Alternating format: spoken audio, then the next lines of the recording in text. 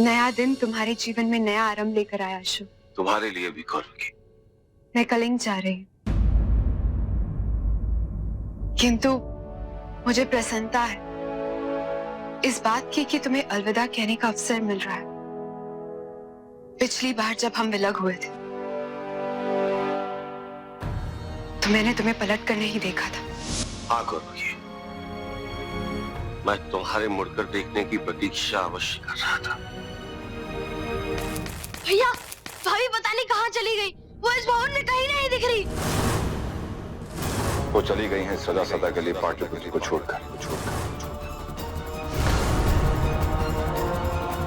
आचार्य, आपने उसे रोका क्यों नहीं? मैं उनके वचन से बंधा था। कहाँ गई है वो आचार्य? मुझे ज्ञात है वो कहाँ हो सकती है। मैं देवी को वापस लेकर आऊंगी। मुझे शक्ति दीजिए कि मैं अपने निर्णय पर अटल रह सकूं। जब निर्णय अनुचित हो तो ईश्वर भी साथ नहीं देते। ये क्या करने जा रही? ये अपराध है। मेरी बात ध्यान से सुनिए।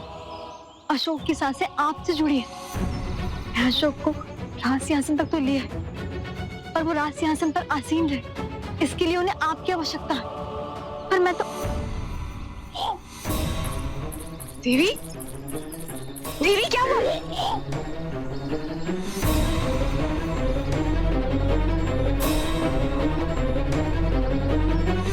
ईश्वर ने हमारे लिए निर्णय ले लिया।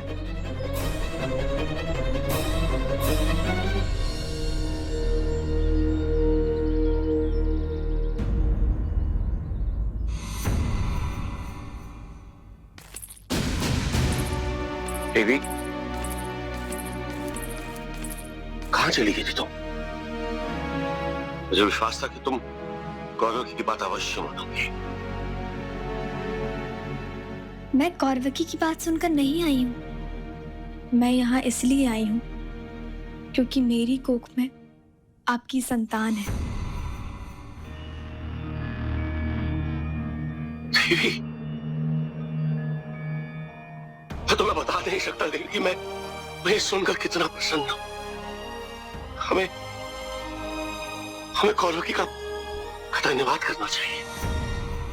वो तो वहीं से चली गई। मैं जानता था कि कौरवकी पीछे मुड़कर कभी नहीं देखेगी। सम्राट, कुछ राज्यों ने एक राष्ट्र एक नियम को स्वीकार किया है, परंतु कुछ राज्य जो चंदा के राज्य वंग के साथ हैं, वो विरोध कर रहे हैं।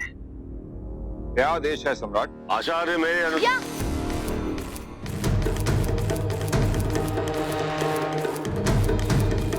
भैया, पिताजी ने आपके लिए संदेश उस समय लिखा था जब आप यूनानियों को हराकर पाटलिपुत्र वापस लौट रहे थे।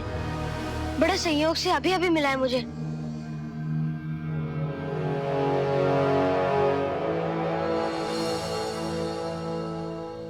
अशोक, तुम्हारा पिता होने के पश्चात भी तुम में विद्यमान गुणों को, तुम्हारे महानता को पहचानने में मैंने बहुत विलंब किया। पता नहीं तुम्हें चक्रवर्ती सम्राट बनते हुए और अखंड भारत का निर्माण करते हुए देख पाऊंगा या नहीं, किंतु इतना अवश्य जानता हूं कि तुम चक्रवर्ती सम्राट बनोगे और अखंड भारत का निर्माण करोगे।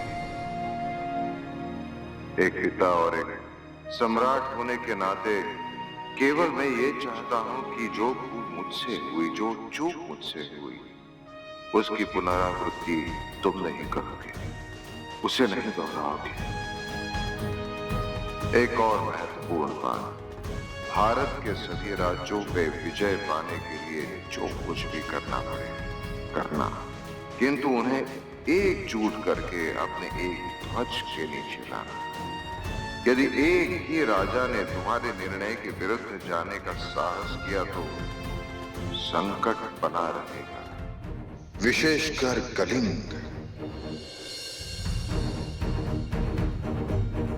आज तक मैं महान चंद्रगुप्त मौर्य का पुत्र के रूप में जाना जाता हूं, परंतु मुझे विश्वास है कि इतिहास मुझे चक्रवर्ती सम्राट अशोक के पिता के रूप में स्मरण करेंगे। और इससे बड़ा गर्व मेरे लिए और कुछ नहीं हो सकता। तुम्हारा पिता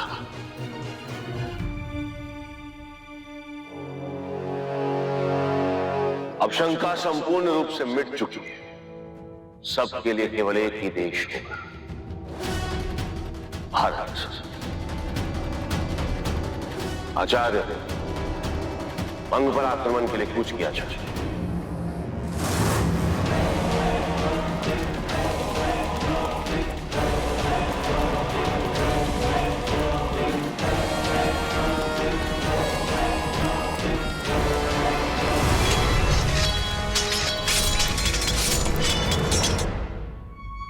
भाभी, मैं इसका नाम महेंद्र रखूंगा।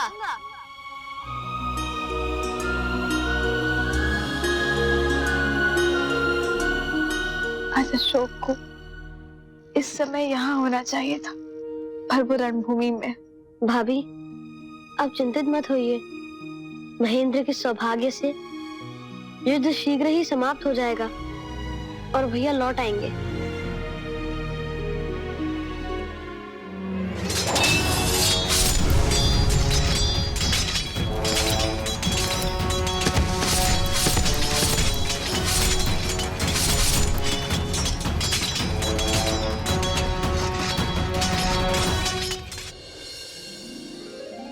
महेंद्र,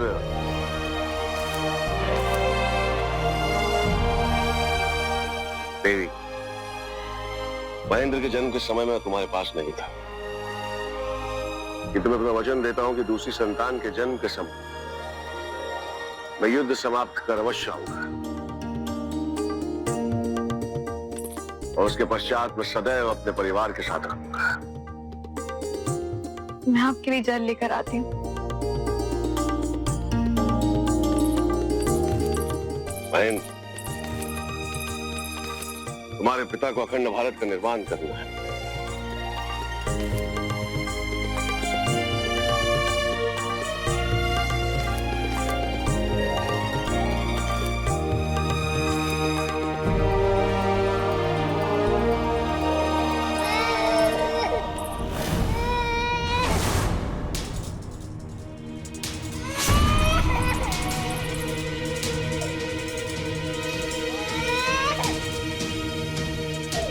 कैसे पिता हैं आप? अपने पुत्र का ख्याल नहीं रख सकती। देखिए कितना रक्त बह रहा है। तेरी थोड़ा सा ही तो रक्त बहा। महेंद्र एक वीर पिता का वीर पुत्र है। महेंद्र, शांत हो जाओ। महेंद्र, शांत। महेंद्र, मैंने कहा ना तुमसे शांत हो जाओ। कन्या की भांति विलाप करना बंद करो। शीशन, कन्या की भांति? क्या आप कह रहे हैं? विस्मृत कर दिया माता धर्मा और कौरवकी को। आज अब जो कुछ भी है उनके योगदान की वजह से। पर अब वो अशोक नहीं रहे, अब चंड बन चुके हैं, महाचंड।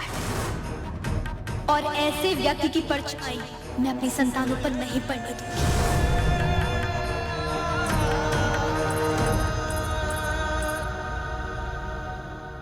जाओ, तुम में चली जाओ। इस प्रकार सभी मुझे छोड़कर चलेंगे। ये तो स्मरण रहे कि अशोक अपने प्रेम को अपने लक्ष्य में बाधा नहीं बनने देगा। सम्राट, अखंड भारत का स्वप्न साकार होगा। बस एक राज्य है जो झुक नहीं रहा। जो सर झुक नहीं सकता उस सर को काट देना ही एक मात्र विकल्प है मामा। मैंने कभी कल्पना भी नहीं की थी अशोक, एक दिन मुझे तुम्हारा ये रूप भी देखने को मिलेगा। ये वो मार्ग नहीं है जो आचार्य चाणक्य ने तुम्हारे लिए प्रदर्शित किया था। कौन सा राज्य है मामा?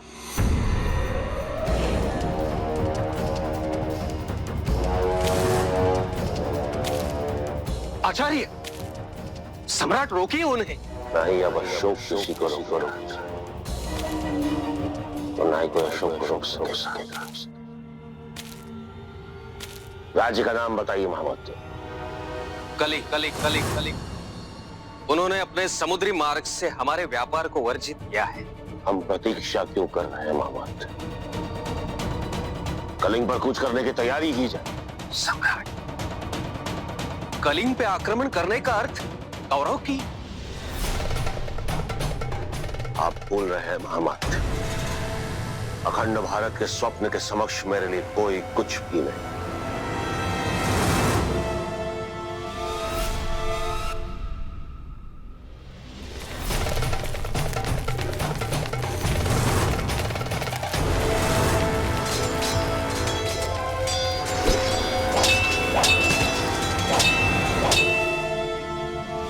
कलिंग में अब केवल मुट्ठीभर शत्रु ही बचे हैं और युद्ध सामग्री तो इतनी बची है कि ये युद्ध अब आधा दिन भी नहीं चलेगा। उचित है मोहम्मद, युद्ध की समाप्ति के पश्चात आप मेरे नाम से चक्रवर्ती अशोक सम्राट के नाम से ही भोज का आयोजन करवाएं। जी सम्राट।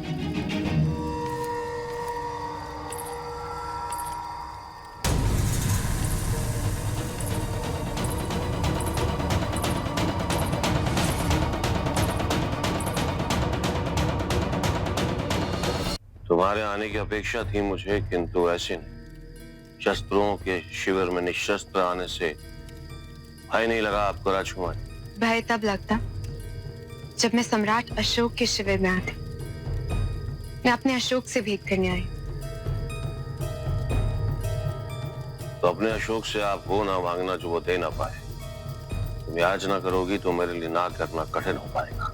तुमने ये सोच भी कैसे लिया कि कलिंग यहाँ पे तुमसे याचना करने आया है? तुम्हारी विजय अभी तक इसलिए नहीं हुई है क्योंकि कलिंग झुकना नहीं जानता। मैं यहाँ पे राजकुमारी बनकर नहीं आई, मैं केवल इसलिए आई क्योंकि कल हम आपस में युद्ध करेंगे। उसके उपरांत क्या होगा हम नहीं जानते। हमारा एक अतीत है, उसके कारण मैं अपने अशोक से भेंट करने आई। उस अशोक से जो अपनों से बहुत दूर चला गया।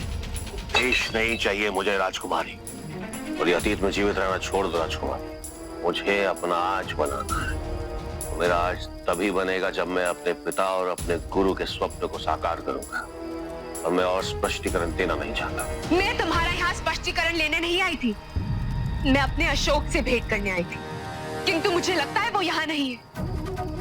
मैं यहाँ पे आई इसलिए मुझे क्षमा कर दो। रुको राजकुमारी,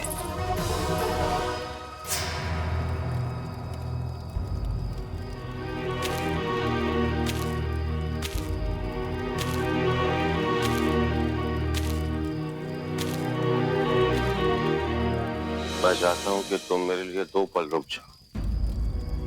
क्या तुम मेरे साथ कुछ पल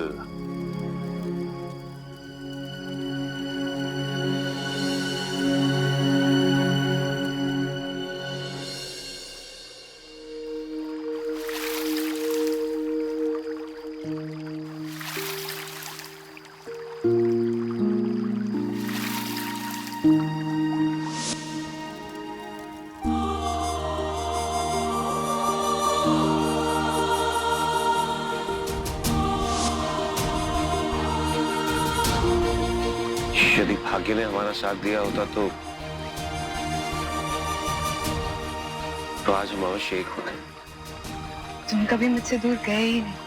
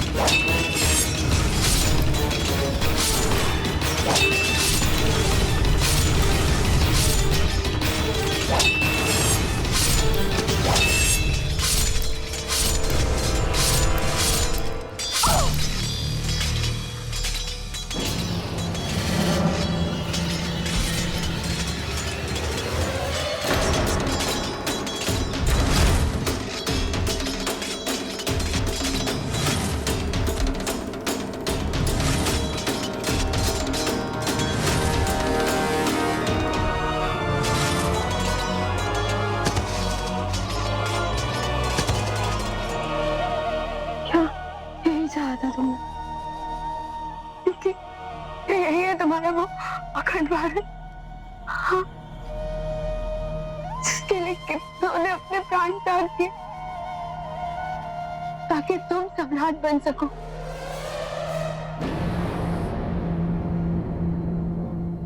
क्या तुम्हें शांतिपूर्ण स्वतंत्र भारत मिला? तुमने उस देश का स्वप्न देखा था जहाँ प्रेम हो, पर अपने स्वयं उस देश को दुखों और शोकों से भर दिया है। अशोक, अपने हाथों पे लगाई रख, दो पाओगे तो अशोक, यदि कभी तुमने एक क्षण के लिए भी मुझसे सच्चा प्रेम किया तो एक बार चारों ओर देखो, बताओ क्या ये दृश्य कभी भुला पाओगे तुम? बहुत हो गया अशोक, बहुत हो गया, बस करो, रुक जाओ अशोक। इतने जीवन खंड खंड करके तुम अखंड भारत का निर्माण नहीं कर सकते। इस देश को वैसा बनाओ जैसी कल्पना तुमने की थी।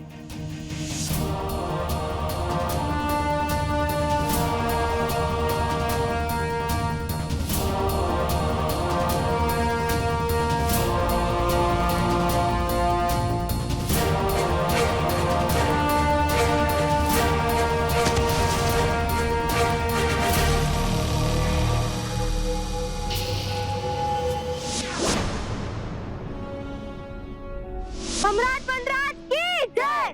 सम्राट बलराज की जय! सम्राट बलराज की जय! देवानाम प्रिय देवों का प्रिय देवानाम प्रिय देवों सा प्रिय वो कहलाए। शूरवीर बलवान दयामय प्रजापाल रक्षक करुणामय वो कहलाए। है महान जन जन समदर्शी चक्रवर्ती राजा प्रियदर्शी वो कहलाए। तुम्हारा जन्म किसी महान उद्देश्य की पूर्ति के लिए हुआ है और जब समय आएगा तब तुम्हें इस बात का बोध होगा।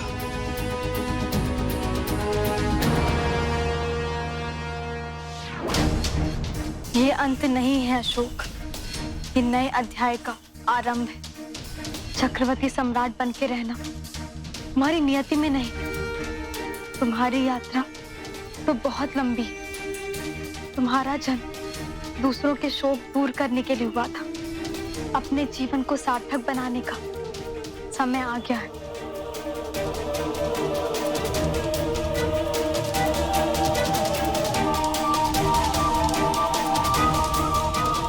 कलिंग युद्ध में हुई क्षति और नरसंहार के बाद अशोक शांति की खोज में निकल पड़ा।